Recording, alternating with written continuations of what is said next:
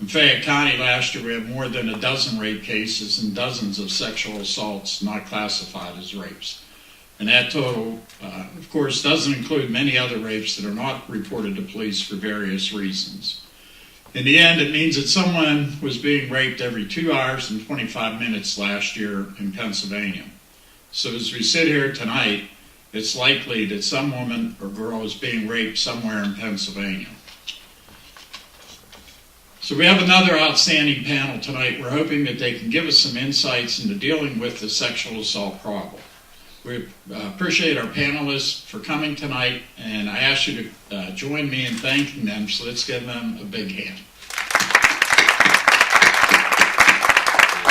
Certainly will. And what we've tried to do is to develop, in essence, a protocol where when there is a report of sexual abuse, and if it's an adult, the state police are involved or the local police are involved. If it's a child, we're talking about children and youth being involved for the most part, and Gina can tell you when they get involved in the particular instances. That we're hopeful that we can combine our efforts from a CYS standpoint, from a crime victim standpoint, and a state police or law enforcement standpoint to basically get the most information we can from that victim, but also being sensitive to the trauma that victim has gone through as well.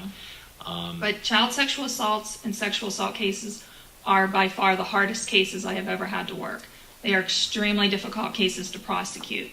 The majority of our cases do not come in right after it happened. The majority of the cases that I did over the years occurred years, months, weeks before they actually came in to report it. Because of that, you don't have the physical evidence that everyone wants you to have when you then take the case to court. Too often we're aware of situations and we tend to turn our head and hoping somebody else would maybe take care of things. But, we're here and we have to deal with this issue of sexual violence. And the Crime Victim Center has been doing it for over 35 years now. We were one of the first sexual assault rape centers in the state of Pennsylvania. And we did that for many, many years, just providing services to female rape victims. Then we recognized the need to provide services to other victims of violent crime, and we became... I was born and raised in Fayette County, never knew these problems existed. Wasn't talked about. 18 years later, I'm doing a lot of talking about it. There's been a lot of kids over the years that I have seen that have been traumatized, not only by the abuse that has occurred, but the perceptions of society. Kids that have been encouraged to talk, and then somebody didn't believe them. I think it's important, and one of my biggest goals is to educate the public on what you can do.